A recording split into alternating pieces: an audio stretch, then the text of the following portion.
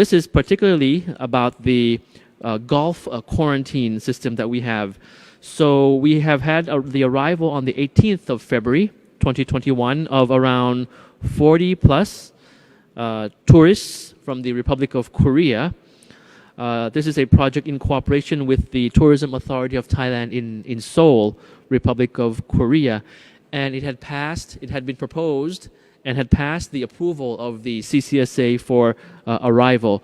So the Gulf quarantine system will, by all standards and measures, be in line with the various measures that we have undertaken to quarantine and to test arriving passengers, 2 tests in particular.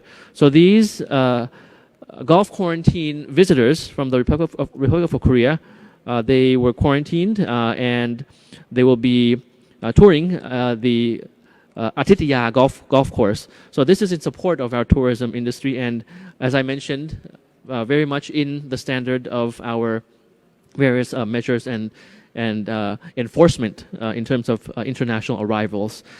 This is similar actually to the villa quarantine that I mentioned on Friday, that Dr. Tuisin also mentioned on Friday, about a group of tourists coming in to a hotel in Phuket province, around 70 plus tourists, and being quarantined in the villa quarantine in the first 5 days, having to stay in their room, and in the latter days of their quarantine, able to come out and use the facilities, but within a restricted and contained area within that particular hotel villa quarantine.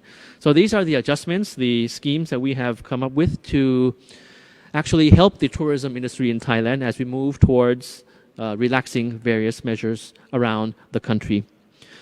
Nevertheless, we have the alternative state quarantine, alternative local quarantine, organizational quarantine, factory quarantine.